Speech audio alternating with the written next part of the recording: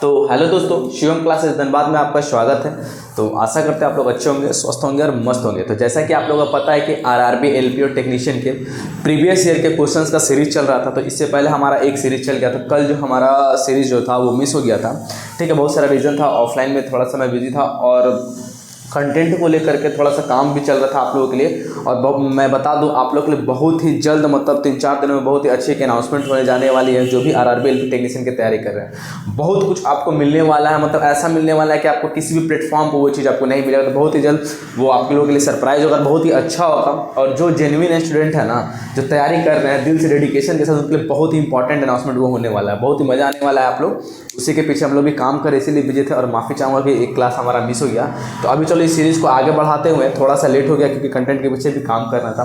तो अभी हमारा जो दूसरा सीरीज है एलपी टेक्नीशियन के पिछले साल का प्रीवियस ईयर क्वेश्चंस का सीरीज चल रहा है। तो ये आपका सेकंड शिफ्ट का है, 9 तारीख 8वां महीना का 2018 का सेकंड शिफ्ट का क्वेश्चन है। तो इस क्वेश्चन में चलो हम लोग स्टार्ट करते हैं। पहला हमारा जो क्वेश्चन है और इसका डिटेल डिस्कशन भी हम लोग करेंगे। तो सबसे पहले आप अगर इस चीज़ को कर रहे हो तो देखो, दिल से करो, किसी चीज़ को पढ़ो तो दिल से पढ़ो। तो इसको क्लास को आपको क्या करना है, कॉपी लेकर के बैठ जाना और उसको नोट्स करते जाना है। ठीक है, क्वेश्चन के एनालिसिस। अब देखो हमारे पास पहला क्वेश्चन आ रहा है कि एक कंडक्टर का प्रतिरोध किसके वैध के अनुपाती होता है। एक कंडक्टर मतलब समझ में आ रहा है, जिससे होकर के विद्युत धारा प्रवाहित होती है। एक कंडक्टर में का प्रतिरोध, जैसे मान लो एक वायर है, तो एक कॉपर का वायर है, जिसको भी कंडक्टर बोल सकते हैं। इससे विद्युत धारा क्या होती है, करंट आई प्रवाहित हो रही है। इससे क्या हो रही है, करंट आई फ्लो हो रहा है। तो इसमें जो करंट आई फ्लो हो रहा है, तो इसके अंदर क्या होगा, इसका अपना एक रेजिस्टेंस भी होगा। क्या होगा, इसका रेजिस्टेंस भी होगा। तो अब बताना है इसमें कि कंडक्टर का प्रतिरोध मतलब आर को क्या बोलते हैं हम लोग, रेजिस्टेंस।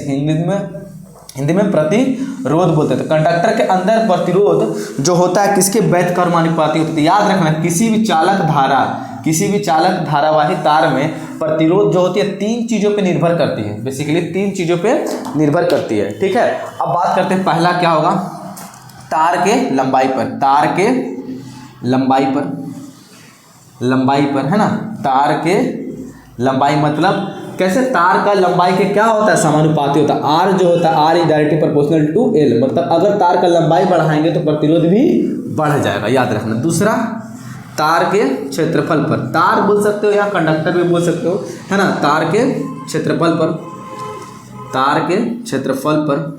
क्षेत्रफल मतलब एरिया पर। ठीक है, एरिया पर अगर, तो एरिया के साथ कैसा रिलेशन होता है, प्रतिरोध का एरिया के साथ कैसा होता है, वैध के अनुपाती। ये समानुपाती रिलेशन है, लंबाई के समानुपाती होता है प्रतिरोध। और यहाँ पे जो होता है प्रतिरोध एरिया के क्या होता है, वैध के अनुपाती होता है। क्या होता है, वैध के अनुपाती होता है। ठीक है, अगर आप किसी भी तार का एरिया जितना ज़्यादा बढ़ाओगे तो उसका क्या होगा, प्रतिरोध उतना घटेगा। एरिया बढ़ाएंगे तो प्रतिरोध घटेगा, समझ। और एरिया घटाएंगे तो प्रतिरोध क्या होगा, आपका बढ़ जाएगा। ठीक है, समझ में आ रहा है। इसका उल्टा होता है। इसका मतलब जितना मोटा तार उसमें से करंट आसानी से प्रवाहित होगा, क्योंकि इसका एरिया क्या है, ज़्यादा है, तो प्रतिरोध कम। और प्रतिरोध कम है तो क्या होगा, करंट ज़्यादा फ्लो होगा।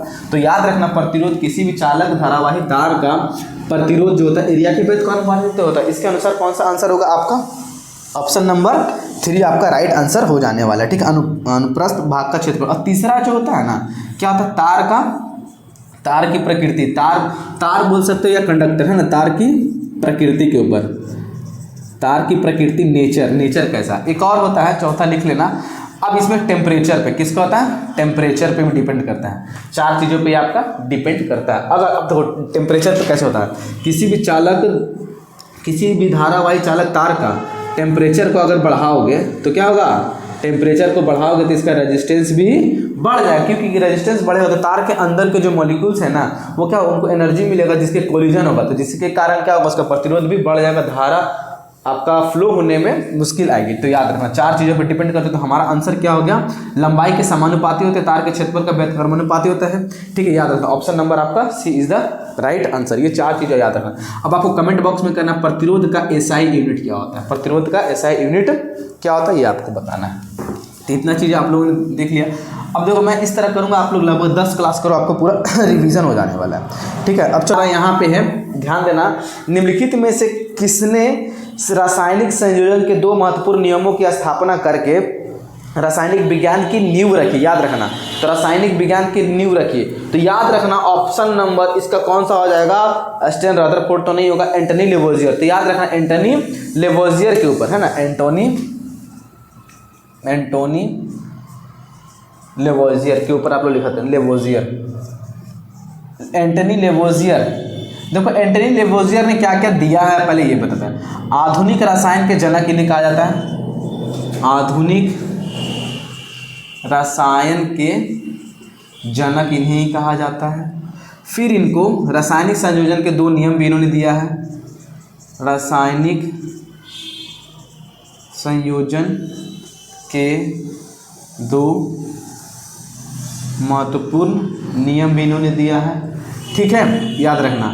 नामकरण पद्धति भी इन्होंने दिया है। अब आपका बात करते हैं द्रव्यमान संरक्षण का नियम, इन्होंने ही दिया है। द्रव्यमान संरक्षण का नियम मतलब किसी भी रासायनिक अभिक्रिया में जो इधर रासायनिक अभिक्रिया में जो ले रहे हो और जो बन रहा है वो दोनों का द्रव्यमान संरक्षण होता है। ये भी द्रव्यमान संरक्षण का नियम दिया था, मास कंजर्वेशन इसको इंग्लिश में बोलते हैं, मास लॉ ऑफ मास कंजर्वेशन भी इन्होंने दिया। अब तो ये होगा ऑप्शन नंबर क्या होगा, रासायनिक संयोजन के 2 महत्वपूर्ण नियम यही दिया है आपका, ये होगा option number D is the right answer. अब देखो एक और प्राउस्ट के ऊपर, तो याद रखना स्थिर अनुपात का नियम किसने दिया, स्थिर अनुपात का नियम, स्थिर अनुपात का नियम किसने दिया, प्राउस्ट, ये याद रखना प्राउस्ट के द्वारा दिया गया है। ठीक है, स्थिर अनुपात का नियम प्राउस्ट के द्वारा दिया गया। तो आपका इस क्वेश्चन के अकॉर्डिंग आपका ऑप्शन नंबर एंटोनी लेवोजियर होगा। तो ये चीज़ें आपके एक्स्ट्रा फैक्ट में थी, इसको भी आप लोग नोट डाउन कर लेना। ठीक है, चलो हम लोग अपने अगले क्वेश्चन की ओर। देखो अगला क्वेश्चन क्या है, एक पौधे के तने या जड़ का घेरा किसके कारण, पौधे के तने या जड़ का घेरा, पौधे के तने हो गया या जड़ का जो घेरा है मतलब मोटाई, पौधे का तने का मोटाई कैसे बढ़ रहा है, जड़ का मोटाई कैसे किस कारण बढ़ता है। तो सबसे पहले देखो चीज़ याद रखो, पौधे में दो तरह के उत्तक पाए जाते हैं। प्लांट्स टिश्यू पढ़ोगे ना तो पौधे में उत्तक है ना, प्लांट टिश्यू में 2 तरह के उत्तक में बांटा गया है। प्लांट टिश्यू देखो इससे आपको पता चल जाएगा, प्लांट टिश्यू है ना, पौधे का उत्तक को 2 कैटेगरी में बांटा गया है। पादप उत्तक को 2 कैटेगरी में, थोड़ा सा डिटेल करते रहो, लिख आपको समझ में आएगा, चीज़ों का आंसर लगा पाओगे जब चीज़ें समझ पाओगे। तो प्लांट टिश्यू को 2 कैटेगरी में, एक मेरिस्मेटिक टिश्यू,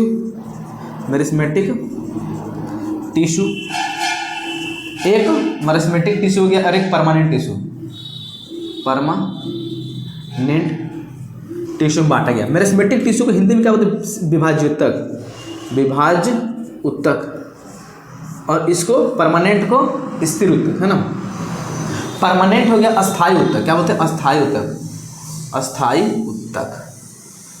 अब देखो क्या देखो, प्लांट टिश्यू पादप का उत्तक 2 होता है, एक मेरिस्मेटिक होता है विभाजित। वैसे उत्तक के अंदर क्या होता है, कोशिका, वैसे कोशिकाओं का समूह जो लगातार क्या हो रहा है, लगातार विभाजन होते रहता है, इसमें लगातार विभाजन होता है जिसके कारण क्या होता है, पौधे ग्रो करते हैं, लगातार विभाजन हो रहा है जिसके कारण पौधे ग्रो करते हैं। अब यही जो उत्तक थे, यही जो कोशिका थे, ये ग्रो करना बंद कर देता है, ये किस में कन्वर्ट हो जाते हैं, परमानेंट टिश्यू। तो इसमें क्या होगा, विभाजन, इनमें विभाजन, कोशिकाओं का विभाजन नहीं होता, इसमें विभाजन लगातार होते रहता है जिससे प्लांट का ग्रोथ होता है। प्लांट का ग्रोइंग एज में कौन जिम्मेवार है, मेरिस्मेटिक विभाजन होता है, लगातार इसमें विभाजन होते रहता है। फिर यही जब विभाजन करना छोड़ देते हैं तो परमानेंट टिश्यू में बढ़ जाते हैं। अब बात करते हैं मेरिस्मेटिक टिश्यू में 3 तरह के टिश्यू होते हैं। मेरिस्मेटिक टिश्यू में जनरली 3 तरह के होते हैं, एपिकल मेरिस्मेटिक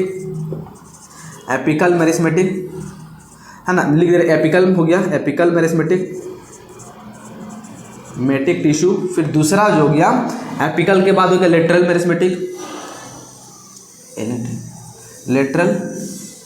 मेरिस्मेटिक टिश्यू। तीसरा जो हो गया आपका इंटरकैलरी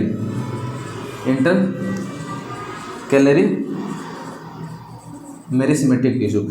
एपिकल को बोलते हैं शीर्ष विभाज्य उत्तक, क्या बोलते हैं हम लोग, शीर्ष विभाज्य उत्तक। शीर्ष विभाज्य उत्तक। लेटरल को पार्श्व विभाज्य उत्तक, क्या बोलते हैं, पार्श्व विभाज्य उत्तक बोलते हैं। इंटरकैलरी को बोलते हैं अंतस्थ विभाज्य उत्तक। इसको देखो हिंदी में देवा क्या, इंटरकैलरी को इंटरकैलरी है ना, अंतस्थ विभाज्य उत्तक बोलते हैं, अंतस्थ विभाज्य उत्तक बोला जाता है। ठीक है, अब देखो क्या है इसका एपिकली मेरिस्मेटिक। देखो ये तीनों जो क्या है ना, ये तीनों जो होते हैं विभाजन, लगातार विभाजन होता है, ग्रोइंग एज में काम करता है। तो एपिकल वाला देखो, प्लांट कैसे मान लो, ऐसे प्लांट है, ठीक है, ऐसे प्लांट है, ये याद रखना, ऐसे प्लांट है, ये तो नीचे जड़ जा रहा होगा, ठीक है। अब देखो प्लांट का जो शीर्ष में विभाजन, शीर्ष का जो डेवलपमेंट होता है ना, प्लांट का जो ऊपर लेके भागता है टॉप में, तो टॉप में कौन होता है, एपिकल। टॉप का जो होता है ग्रोइंग होता है उसको क्या होता है एपिकल टिश्यू यहाँ पे पाया जाता है। कौन सा? एपिकल मेरिस्टेमेटिक टिश्यू पाया जाता है, एपिकल। अब देखो पौधे में छोटा छोटा क्या होता है, अब पौधे की चौड़ाई, पौधे का चौड़ाई क्या है, जड़ का चौड़ाई बढ़ाना है, तना का चौड़ाई बढ़ाना है, तो तना का जड़ का चौड़ाई, इस सब को चौड़ाई बढ़ाने वाला काम कौन करता है? Lateral meristematic. कौन? Lateral meristematic tissue. अब बताते हैं प्लांट्स जो है ना क्या होगा आपका इंटर कैलरी का क्या काम। तो प्लांट्स में तो छोटे छोटे टहनी निकलना, तो नोट्स निकलेगा, टहनियाँ निकलने की शाखा छोटे छोटे कोने से ऐसे नोट्स निकलेगा, ऐसे मान लो नोट्स निकलेगा। तो ये सब, तो इसके लिए कौन होता है, इसके लिए कौन टिश्यू आपका जिम्मेवार होता है? Inter calorie. कौन सा होता है? Inter calorie. तो अब आपसे इसका अच्छा परमानेंट टिश्यू का दो होता है, याद रखना, सिंपल परमानेंट और कॉम्प्लेक्स परमानेंट। सिंपल परमानेंट और एक कॉम्प्लेक्स परमानेंट, सरल अस्थायी ऊतक, और ये हो गया आपको बताना। अब देखो इसमें बात करते हैं हम लोग, तो हमसे क्वेश्चन इसमें क्या पूछा, एक पौधे के तने या जड़ का घेरा, घेरा मतलब चौड़ाई, तो चौड़ाई बढ़ने के लिए कौन सा? Lateral meristematic. कौन सा होगा? Lateral meristematic. इसमें दिया हुआ लेटरल मेरिस्टेमेटिक कितना नंबर में आपका? ऑप्शन नंबर 1 इज द इसका राइट आंसर। तो ये भी आप लोग नोट डाउन कर लो, समझ में आया आपको यहाँ पे, ठीक है। तो चलो अब कमेंट बॉक्स में बताना है कि जाइलम और फ्लोएम किसके अंदर आता है, सिंपल की कॉम्प्लेक्स के अंदर आता है, ये आप लोग कमेंट बॉक्स में बताओ। ये सब देखो हमारे ऑफलाइन बैच में बच्चों को सारा डिटेल में बताया गया है, ठीक है, और आप लोग के लिए बहुत ही जल्द अच्छा अनाउंसमेंट भी होगा, सारा PDF आपको डिटेल में बताया जाएगा, दिया जाएगा। अब देखो यदि आप एक दर्पण में, अगला क्वेश्चन, यदि आप एक दर्पण में देखते हैं और पाते हैं कि छवि, थोड़ा सा इंक भर लेते हैं, यदि एक दर्पण में देखते हैं और पाते हैं कि छवि मतलब क्या? प्रतिबिंब है ना, प्रतिबिंब आपसे छोटा है, तो दर्पण क्या है? तो याद रखना दर्पण में दो तरह के दर्पण होते हैं। कौन कौन दर्पण होते हैं? एक उत्तल दर्पण, एक अवतल दर्पण, तीन तरह का, और एक समतल दर्पण। तो तीनों के बारे में प्रॉपर्टी हम लोग पढ़ लेते हैं, प्रॉपर्टी पढ़ लेंगे तो आंसर मारेंगे। देखो आंसर ऐसे ही बहुत सारे टीचर लोग क्या कर रहे हैं ना यार, कि क्वेश्चन लगा दिया, आंसर क्या, एनालिसिस नहीं कर, मेन है एनालिसिस करना यार, MCQ ऐसे बताने का तो कोई भी बता दे रहा है, ठीक है।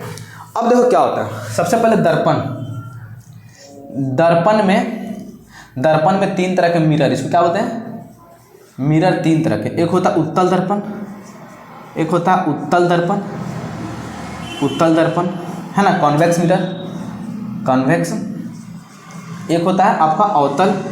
तो उत्तल दर्पण, अवतल दर्पण सब हम बता दे रहे हैं, ठीक है। उत्तल दर्पण का प्रॉपर्टी, अवतल दर्पण, अवतल दर्पण इसको क्या होता है? कनकेव, कनकेव मिरर हो गया, और एक होता है सिंपल, है ना, ये समतल दर्पण, समतल दर्पण, ठीक है। अब देखो उत्तल दर्पण में क्या होता है, उत्तल दर्पण में क्या क्या बनता है, कैसे बनता है? उत्तल दर्पण में हमेशा आभासी तथा सीधा बनता है।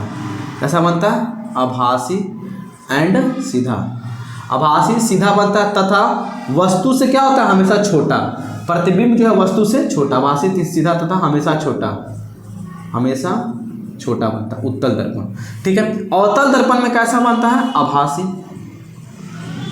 आभासी सीधा, आभासी सीधा, वास्तविक उल्टा भी बनता है यहाँ पे, वास्तविक एंड उल्टा भी बनता है, छोटा भी बनता है, बहुत छोटा भी बनता है, और बड़ा भी इमेज बनता है इसमें, यार छोटा भी बनता है और बड़ा भी बनता है, याद रखना। समतल दर्पण में क्या होता है? आभासी तथा सीधा खाली बनता है, क्या होता है? आभासी तथा सीधा, और इसमें पार्श्व उल्टा बनता है। कैसा बनता है? पार्श्व, लिटरली इन्वर्टेड, पार्श्व उल्टा बनता है, ये ध्यान रखना है, ठीक है। अब देखो इसके अकॉर्डिंग लगा, यदि आप दर्पण में देखते हैं और पाते हैं कि छवि आपसे छोटा है, तो दर्पण किस प्रकार का है? तो देखो अवतल में तो दोनों हो जाएगा, छोटा भी बनता है, बड़ा भी बनता है, लेकिन हमेशा आपका छवि छोटा बना, तो इसमें क्या? इसके अकॉर्डिंग उत्तल दर्पण, उत्तल दर्पण हमेशा छोटा। तो अब बताना, इसीलिए तो उत्तल दर्पण का यूज कहाँ करते हैं? गाड़ियों में साइड मिरर के रूप में, क्योंकि क्या होता है उत्तल दर्पण में क्या होता है? ढेर सारा एरिया दिखाया जाता है, जैसे छोटे छोटे वस्तु का क्या आता है? छवि आता है, तो उत्तल दर्पण इसका आंसर हो जाएगा, हमेशा छोटा बनता है, साइड रियर में, है ना, इसका यूज करते हैं। अब बात करते हैं अगला क्वेश्चन, ठीक है। अगला क्वेश्चन तो इसको लिख लेना। इसे आपको देखो अवतल दर्पण में 6 प्रॉपर्टी बनता है, उत्तल दर्पण में 2 प्रॉपर्टी, ये जस्ट लेंस में क्या होता है? उल्टा हो जाता है। अब निम्नलिखित में से कौन बढ़ते भ्रूण के लिए पोषक ऊतक का कार्य करता है? बढ़ते भ्रूण के लिए पोषक ऊतक, देखो पौधे 2 स्टेजेज में होते हैं, एक पौधे अंकुरित अवस्था में होता है, जैसे चना, तो चना को खा कर फेंक दिया तो चना धीरे धीरे डेवलप हो गया। तो अब चना जो छोटा था, तो छोटा चना में क्या जड़ था? क्या जड़ था कि जो जमीन से पानी ले पाएगा, है ना, क्या बोलते उसमें पत्ती डेवलप था। जब भ्रूण अवस्था में तो पौधे अपना विकास कैसे करते हैं भाई? कुछ ना कुछ तो उसमें सिस्टम होगा ही होगा। तो देखो पौधे जब भ्रूणीय अवस्था में होते हैं, तो याद रखना मान लो कोई चना खा के फेंका, ठीक है, इसका दो पार्ट बन गया। तो पौधे जब भ्रूणीय अवस्था में होते हैं तो इसमें इनका विकास कैसे होता है? तो पौधे में ये जो उत्तक होता है ना एक तरह का, इसको क्या बोलते हैं हम लोग? एंडोस्पर्म। क्या बोलते हैं? एंडोस्पर्म। एंडोस्पर्म क्या बोलते हैं? एंडोस्पर्म बोलते हैं। क्या बोलते हैं हम लोग इसको? एंडोस्पर्म बोलते हैं। ये एक तरह का एंजाइम होता है, ये एक तरह का एंजाइम होता है जो कि पौधे के भ्रूणीय अवस्था में पोषण प्रदान करता है। क्या करता है? ये पोषण प्रदान का काम करता है ना, पोषण प्रदान करता है। कब? जब पौधे भ्रूण अवस्था में, छोटे अवस्था में, इसके अंदर जड़ तो डेवलपमेंट नहीं, वो पत्ती का विकास नहीं, खाना बनाएगा। तो एंडोस्पर्म में उत्तक होता है, देखते हो फाड़ते हो तो उत्तक होता है ये हरा हरा। अब ये क्या करता है? इसको पोषण प्रदान करता है, जैसे बड़ा होता है। जैसे क्या होता है? बड़ा धीरे धीरे बड़ा होता है, जब जड़ डेवलप होता है तो इससे काम खत्म हो जाता है। तो याद रखना, अब क्या करता है? ये पोषण प्रदान करने का काम करता है, ठीक है। और ये क्या करता है? एंडोस्पर्म एक तरह का एंजाइम है, ठीक है, और ये स्टार्च को शुगर में कन्वर्ट करता है। ये क्या करता है? आपको इसके अंदर जो स्टार्च है को शुगर में कन्वर्ट कर देने का काम करता है। तो पौधे जब भ्रूणीय अवस्था में होते हैं तो पोषण प्रदान करने का काम कौन करता है? एंडोस्पर्म। तो ऑप्शन नंबर कौन सा आ जाएगा आपका?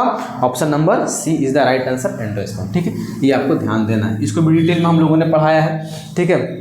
अब बात करते हैं अगला क्वेश्चन, देखो 20 सेंटीमीटर की वक्रता के त्रिज्या वाले अवतल दर्पण की फोकस दूरी होगी। 20 सेंटीमीटर की वक्रता त्रिज्या मतलब रेडियस ऑफ कर्वेचर आर कितना दिया हुआ है? 20 सेंटीमीटर दिया हुआ है, ठीक है। कौन सा दर्पण है आपका? अवतल दर्पण। अवतल मतलब कनकेव, ये वाला कनकेव दर्पण, कनकेव मिरर। तो कनकेव मिरर का पीछे वाला रंगा हुआ रहता है, आगे वाला परावर्तक सटा हुआ रहता है। अब इसका फोकस कैसा होता है? फोकस इधर होता है, सी इधर होता है। तो फोकस अवतल दर्पण का फोकस हमेशा याद रखना माइनस, इधर है तो माइनस। और उत्तल दर्पण का फोकस क्या होता है? उत्तल दर्पण का फोकस इधर ना है, इधर ना सर्कल बनेगा, तो इधर इसका फोकस इधर होता है, इसका फोकस क्या होता है? इधर। तो इधर फोकस होता है तो इसका प्लस। तो अवतल दर्पण का फोकस, अवतल दर्पण का फोकस हमेशा माइनस होता है, उत्तल दर्पण का फोकस हमेशा प्लस में आता है, याद रखना। अब क्या पूछा हुआ है? एक अवतल दर्पण है, ये वाला दर्पण है, फोकस दूरी क्या होगी? तो एफ बराबर फोकस क्या होता है? फोकस रेडियस का आधा होता है। तो एफ बराबर क्या होगा? r/2। आर कितना है? 20/2, 10। अगर सेंटीमीटर माइनस में रहता तो माइनस इसमें आंसर लगाना चाहिए था, तो -20 का आपका राइट आंसर, क्योंकि अवतल दर्पण का फोकस हमेशा ये होता है, ठीक है। आपको ये याद रखना। अब एक चीज़ बताओ, अवतल दर्पण क्या बोलते हैं? Concave mirror. इसका फॉर्मूला बताओ भाई, कनकेव मिरर और कन्वेक्स मिरर का फॉर्मूला। तो कनकेव मिरर का फॉर्मूला जो क्या है? इसका आंसर तो होगा 10 हो जाएगा, माइनस नहीं तो माइनस है तो माइनस होता है। Option number D is the right answer. अब आपको फॉर्मूला बताते हैं कनकेव मिरर, अवतल दर्पण का। कनकेव मिरर, अवतल दर्पण, सब रिवाइज हो जाएगा आपका, ठीक है। अवतल दर्पण का फॉर्मूला और अवतल दर्पण नहीं, देखो दर्पण का फॉर्मूला, सॉरी, मिरर फार्मूला। अवतल दर्पण और उत्तल दर्पण दोनों की लागू मिरर फार्मूला और एक लेंस फार्मूला। देखो मिरर फार्मूला, लेंस फार्मूला कैसे? मिरर फार्मूला क्या होता है? 1/f = 1/v + 1/u। ये होता है पहला। ये क्या हो गया? फोकस हो गया, पोल से प्रतिबिंब की दूरी, पोल से वस्तु की दूरी। अब एक m बराबर आवर्धन बराबर क्या होता है? v - v/u बराबर height of image by height of object. याद रखना है, समझ में है। अब इसका जस्ट उल्टा देखो, ये प्लस है, मिरर फार्मूला का ये हो गया 1/f = 1/v + 1/u, ये हो गया। अब इसका उल्टा, यहाँ प्लस है ना, तो यहाँ पे खाली क्या दे दो? माइनस दे दो। अब यहाँ पे m बराबर, यहाँ माइनस था तो यहाँ पे क्या होगा? खाली सब प्लस होगा, v/u क्या होगा? v/u बराबर height of image by height of object. ये हो गया आवर्धन का फॉर्मूला। आवर्धन मतलब कि वस्तु से प्रतिबिंब कितना बड़ा दिखाई दे रहा है, ये हो गया, ठीक है। याद रखना आप लोग। तो चलो इसका आंसर तो होगा 10, ये भी लिख लो आप लोग। Mirror formula, lens formula numericals में काम आएगा, ठीक है। अब बात करते हैं अगला क्वेश्चन, खाद्य पदार्थों में दुर्गंध आने का मुख्य कारण। खाद्य पदार्थ कोई खाने का सामान है ना, देखो क्या होता है ना, उसमें दुर्गंध आ जाता है कुछ समय के बाद। जैसे मान लो ये खाद्य पदार्थ, कोई भी एक खाद्य पदार्थ लिया, ठीक है ना, कोई एक बिस्कुट लिया, ठीक है, मान लो कोई एक बिस्कुट लिया, खाद्य पदार्थ है। अब ये खाद्य पदार्थ खुले में रख दिए, तो खुले में किसके साथ रिएक्शन किया? ऑक्सीजन के साथ रिएक्शन करके इस खाद्य पदार्थ है ना, खाने का सामान है खाद्य पदार्थ, इसका ऑक्सीडेशन हो गया। क्या हो गया? ऑक्सीडेशन, है ना, ऑक्सीकरण हो गया। ऑक्सीकरण, इसका क्या हो गया आपका? ऑक्सीकरण, जिसके कारण ये खाद्य पदार्थ आपका खराब हो गया, ठीक है। तो अब इसको ऑक्सीजन में रखने, खुले में रखने से खराब हो गया, क्यों? क्योंकि इसके कारण ऑक्सीडेशन हो गया। अब यही जो प्रोसेस है, इसी प्रोसेस को हम लोग क्या बोलते हैं? विकृत गंधिता। क्या बोलते हैं? विकृत गंधिता। 10th में एक चैप्टर भी पढ़ना है, विकृत गंधिता, फूड पॉइजन, ठीक है। तो ये आपको ध्यान देना है, इसको क्या बोलते हैं हम लोग, विकृत गंधिता। अब इसी ऑक्सीडेशन से बचाने के लिए खाद्य पदार्थों को हम लोग क्या करते हैं, तो खाद्य पदार्थों के अंदर क्या करते हैं, एक खाद्य पदार्थों को देखते, चिप्स की थैली होता है उसमें क्या करते हैं, नाइट्रोजन गैस भर देते हैं। कौन सा गैस भर देते हैं, नाइट्रोजन गैस, ताकि इसमें ऑक्सीजन के संपर्क में डायरेक्ट ना आए। तो याद रखना, खाद्य पदार्थों को विकृत गंधिता से बचाने के लिए उसमें क्या डाला जाता है, नाइट्रोजन गैस। चिप्स की थैलियों में देखते हो उसमें क्या डाला जाता है, नाइट्रोजन गैस। और नाइट्रोजन क्या है, अक्रियाशील गैस है ना, ये आपको ऑक्सीजन से बचाता है। तो याद आपको रखना। तो इसका क्या होगा, ऑप्शन नंबर ऑक्सीडेशन, ऑक्सीकरण हो जाता है। ठीक है, समझ में आ रहा है कि नहीं आ रहा, आपको 10th का टॉपिक भी ये पढ़ना भी है। तो खाद्य पदार्थों को विकृत गंधिता से, ऑक्सीडेशन से बचाने के लिए क्या करते हैं हम लोग, उसमें नाइट्रोजन गैस, चिप्स की थैलियों में नाइट्रोजन गैस का हम लोग यूज़ करते हैं। अब देखो अगला क्वेश्चन क्या है, थायरोक्सिन के संश्लेषण के लिए निम्नलिखित में से क्या हो। थायरोक्सिन का संश्लेषण मतलब बनना, किसी चीज का बनना, जैसे प्रोटीन का संश्लेषण मतलब कह सकते हैं कि प्रोटीन आपका बन रहा है। थायरोक्सिन एक हार्मोन है, जो थायराइड ग्रंथि में पाया जाता है ना। थायराइड एक ग्रंथि होता है जो आपके गले में होता है। कौन सा, थायराइड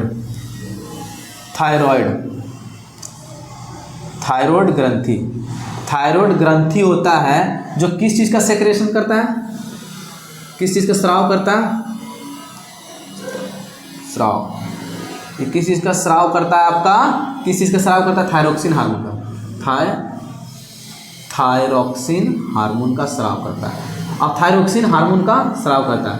अब ये जो थायराइड ग्लैंड होता है ना, इसको क्या होता है इंग्लिश में थायराइड ग्लैंड। अब ये थायराइड ग्लैंड होता है, इसका आकार कैसा होता है, इसका आकार याद रखना तितली के जैसा। आकार कैसा होता है, तितली के